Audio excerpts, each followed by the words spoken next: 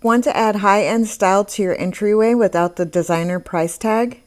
Today I'm recreating a stunning slatted plant stand inspired by West Elm, but with my own twist. This DIY is sleek, stylish, and perfect for small spaces. But is it really worth making instead of buying? Stick around until the end to hear my thoughts. Let's get started. For this project, I'll be using two 12 by 1 inch wood rounds, a 12-inch embroidery hoop,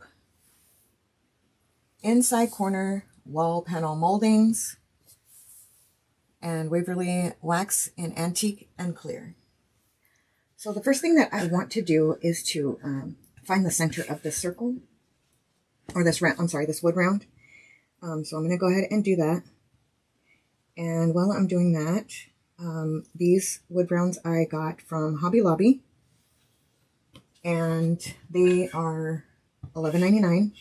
And I know I always say to make sure whenever you shop at Hobby Lobby to don't buy anything that's full price. Wait for it to go on sale.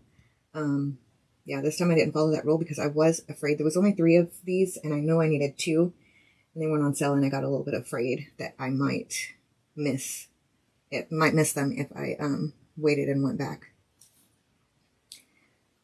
So I paid the full price for them, but if you're wanting to recreate this project and you have the time to wait, then by all means, wait for them to go on sale. Also, there's thinner versions that are available on Amazon. I can't speak to the quality of them, but I'm happy to link some of the ones that I was looking at before I went into Hobby Lobby. So what I'm doing here is I'm just marking a couple of lines along the edges here, and I'm going to find the center of this line that I drew. So once I find the center, I can do a little tick line, and then I'm going to line up my ruler so that it's perpendicular to the original line that I drew.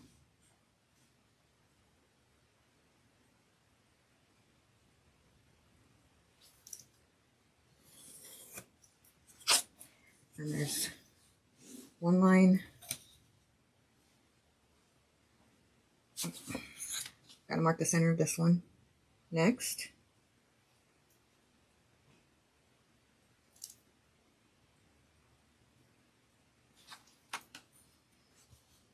And then do the same thing. Line it up so the ruler is perpendicular.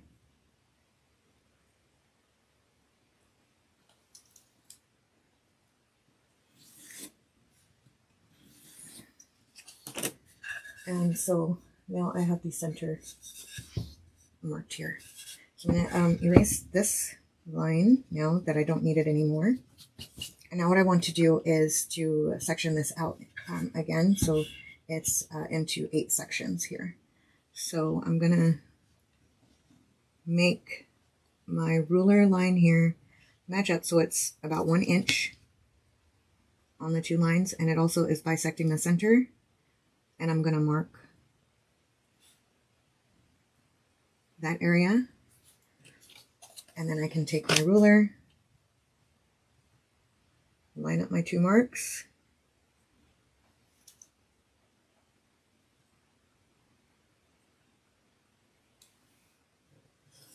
and draw it in.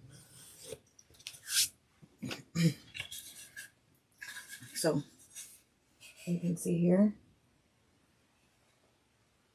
the first one that I did, and now I'm going to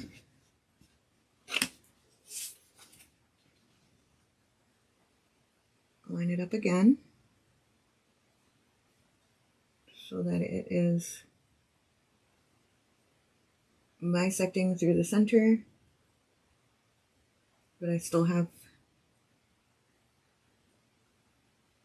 my ruler lined up to 1 inch. I'm going to mark halfway and then line up my dots and the center point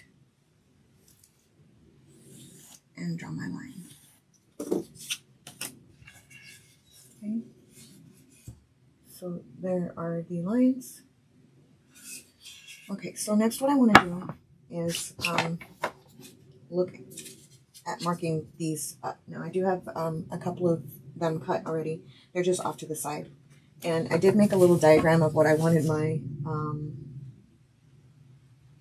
plant stand to look like.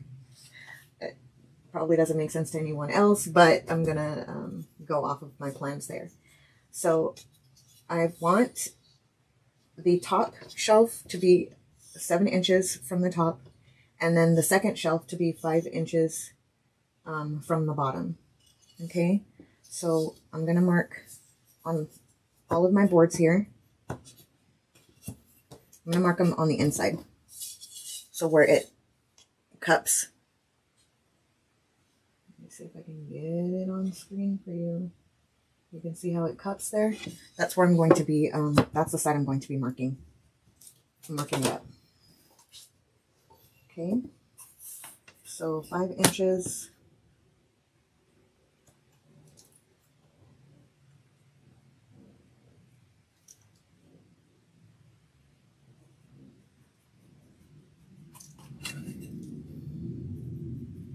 From the bottom, and then I'm going to do 7 inches from the top. Now these moldings here, I did get them from Lowe's, and they come in 1 inch by 8 foot. And so I had them, I went to 2 different stores, and I had them cut. At the first store, they were able to cut them in half for me, which was a mistake, because I could have gotten 3 pieces out of the 8 foot, because I measured it to 32 inches after I got home. So when I went to the second store, they wouldn't cut them for me because they said that these were too thin and it might splinter on their industrial saw that they have back there to cut wood. So when I got home, I thought it wasn't going to fit in the vehicle, but it fit. You just was driving with them on the shoulder of the front seat all the way to the back. So these are the lines of where I'm going to line up these boards here. So I'm going to go ahead and mark a few more because I honestly don't know how many I'm going to need for the way that I want to do it. I am inspired by the one from West Elm, but I do want to do something a little bit different with it to make it have an actual shelf. So I'm going to go ahead and mark these off. And once I'm done marking off a few more of them, I will be back to show you how I'm going to fasten them. So I finished marking all of the molding pieces here. And so I'm going to start at the bottom. And I've kind of brought the line around to the front so that I can see. And then I brought the line that was here up the side so that you could see. I did start filming this before, or I thought I was, unfortunately. So, I came back to talk through what I've been doing. So, what I'm going to do is put a little bit of wood glue here. And I'm going to be using a brad nailer today, but you don't necessarily have to use that if you don't have that on hand. Another option is a hammer and nails, or even using screws. So you do have options if this is something that you do want to remake. So I'm going to line up my marks as best I can. So I'm lining the bottom of the board up with this line here. And it looks like I need just a little bit more glue.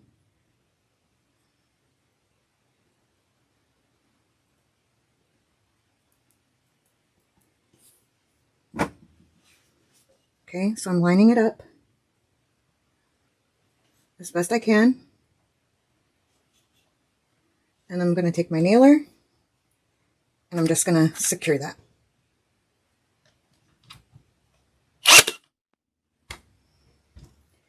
Okay, so that's how I'm going to get them on. Now, I am not going to go all the way around. I want to just do half of it first, since I do want a shelf to be exposed, especially down at the bottom. So I'm going to go ahead and fill the rest of this side in, and then, well, actually just my marks. And then I will be back to secure the top with you.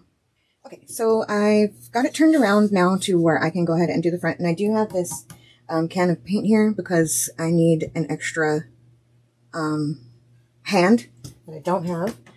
So I'm going to use that. So what I'm going to do is connect the top now, the top shelf to these lines here. And again, I'm only going to do halfway so that I can keep this area open for a shelf. And it'll hopefully make more sense as I move further along. So again, I'm going to go ahead and put some glue on the molding.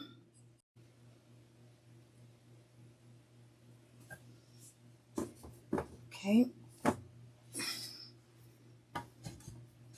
going to line up my shelf to my mark. This time I'm going with the line so that it is, the shelf is below the 7-inch mark. And I'm just going to line it up as best I can.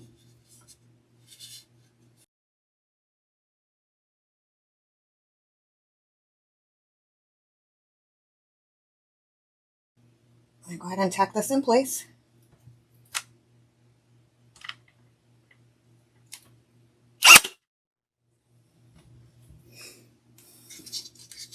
And I think I can take my tape back. And now I'm just going to roll it along and get all of the rest of them attached. What I've done is I went ahead and filled in the gaps with the longer pieces of molding. And so before I left, it was this piece and then this piece, and there was nothing in the middle. So what I did was I went ahead and spaced them as evenly as I could. I just eyeballed it and did staples for those. So far I have used 16 pieces of the 32 lengths. And I also went from this side to this side, which would be, I think that's 1, 2, 3, 4, 5, 6 sections. So I have 3 more to fill in here. Now, because I wanted to have a shelf, I only have partial leg here. And I want to do the same with the top, but I'm going to start here at the bottom with this one and attach the pieces the same way. So I'm just going to come here and attach this one here. And then I'm going to go through and evenly space the other short ones in between.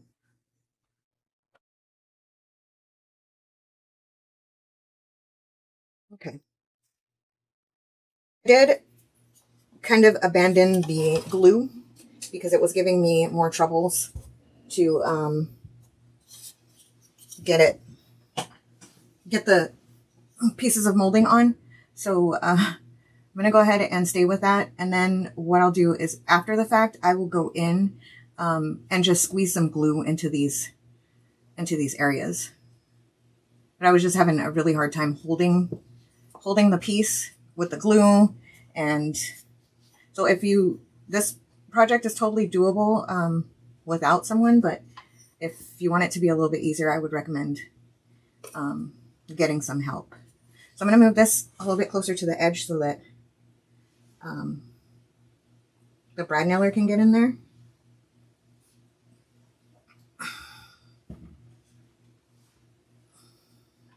Go ahead and attach this piece.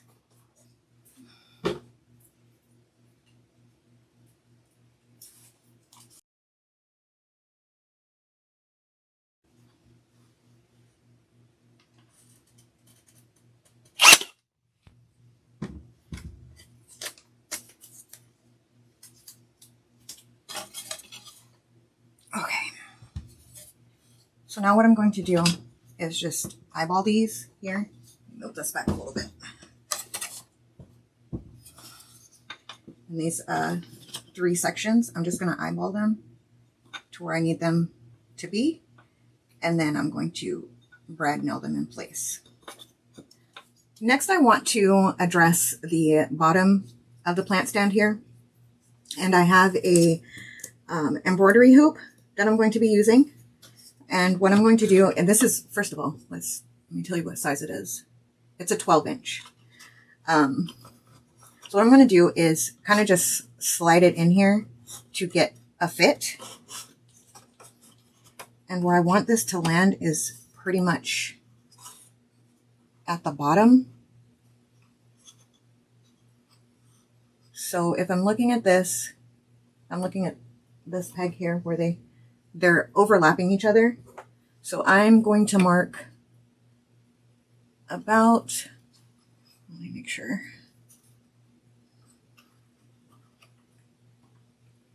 Yeah. I'm going to mark on here where I need to cut this.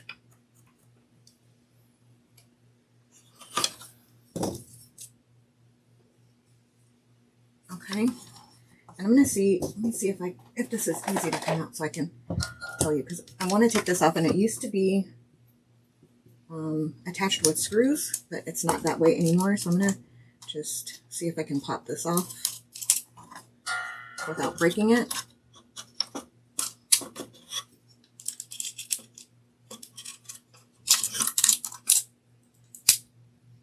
And I broke it.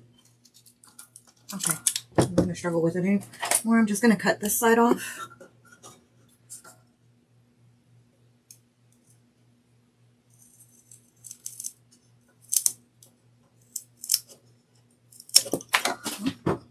Bye. Okay, let me try it again.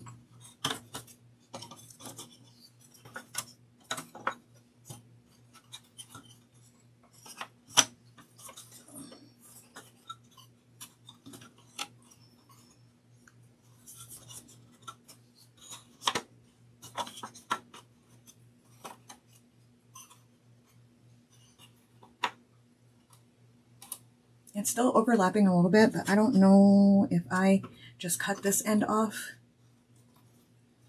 if it'll be too small at that point.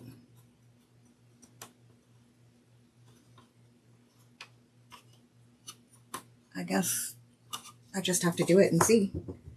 And if it is, then I need to find another solution. So let me go ahead and just cut this side off. I'm going to get as close to that metal as I can. Bye. Okay.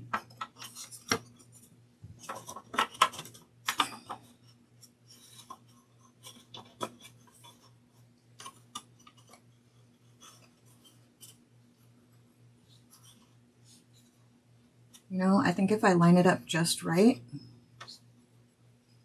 and I'm going to point this piece towards the back. If I line it up just right, it's going to be okay.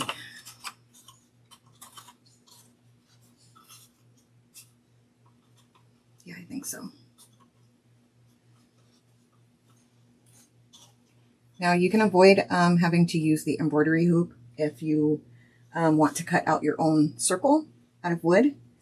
I just didn't feel like I was confident enough to do that in my newly learning skills, so I opted to try the embroidery hoop. So now I'm going to take off the label off of here, and I'm just going to begin gluing it and taping it until the glue dries. Okay, let's point this towards the back again.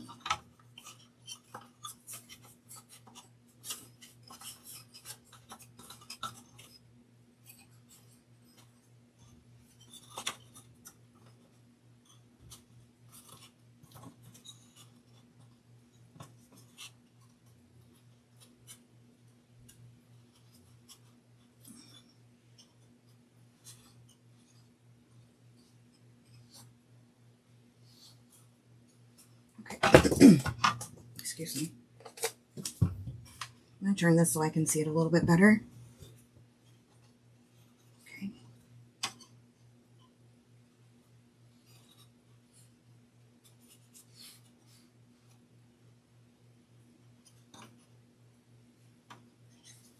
So I'm just pushing it to where I can see that every one of the legs is going to be behind and not so much below it like that. I don't know if you can see, but I want to make sure that they are all behind there. I'm going to squeeze some glue in here.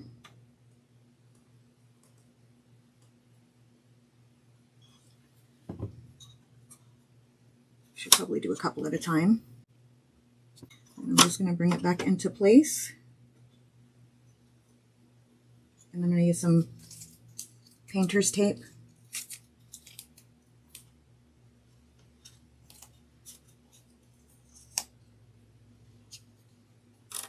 I'm going to use that as like a clamp.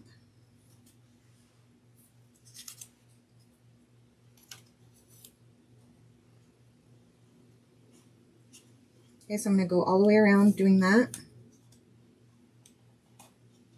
And once it's dry, I will be back with the next step. So I've gotten the bottom portion of the plant stand all completed. You can see here. And I also went ahead and did the top. Swing this around. And I'm going to insert some pictures of it standing up, as I don't have a lot of room on my workspace. So all of the glue, except for this one area here, has been drying overnight. And so I'm ready to go ahead and start putting the finishings on it. I did want to originally go with the antique wax from Waverly. Unfortunately, I don't know if you can see, there's like little yellow tinges in some of these spaces here. That was me not being very neat with the wood glue. So the issue I'm going to run into if I just decide to do straight wax on it is that it's going to resist that area. And while this wood, you know, it's an inexpensive wood, I thought some of the actual grains that are in this are really pretty.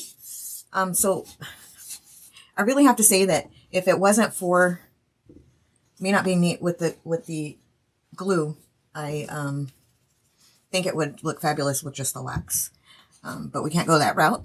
So the next thing I decided to do is I'm going to go ahead and paint it with the Waverly chalk paint in hazelnut. So I'm going to do that, and then I'll do a wax seal on it. I'm going to start on the inside so that while that's kind of drying up, I can then turn it to the outside. I think that would be the most efficient way to do this. So I'm going to go ahead and dip into my hazelnut here. Now, if I had to do things differently, I would say that I would definitely figure out what it is that I'm doing, like before I actually start, because I don't know if you know, but whenever I start a project, I pretty much just, in my mind, I have a couple of things that I want to use, and then it builds from there. So that's why a lot of times you'll see, like, I'll introduce what items I'm using, and then I'll do a full list of what I used in the description box. But for this,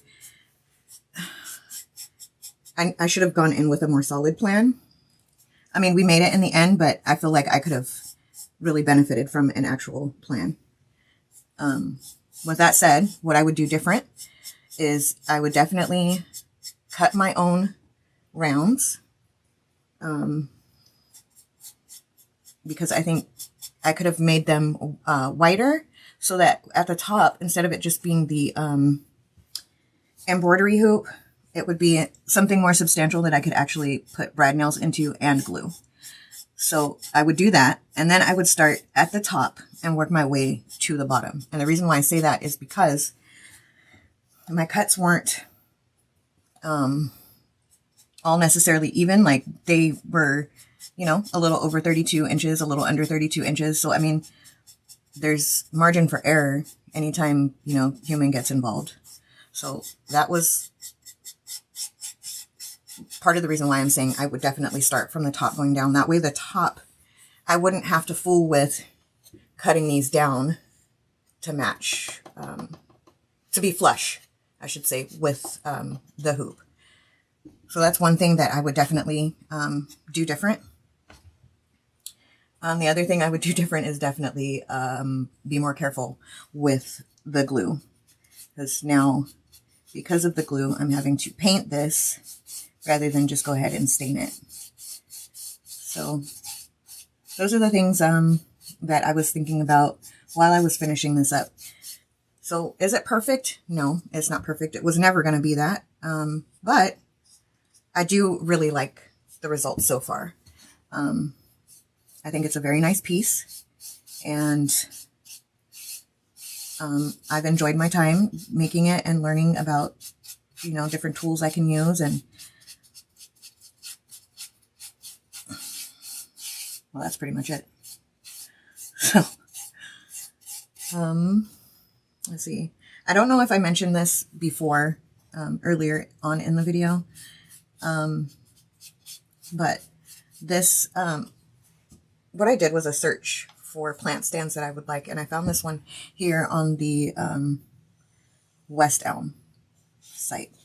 And I thought, you know, that it was a really nice plant stand that I would like to have.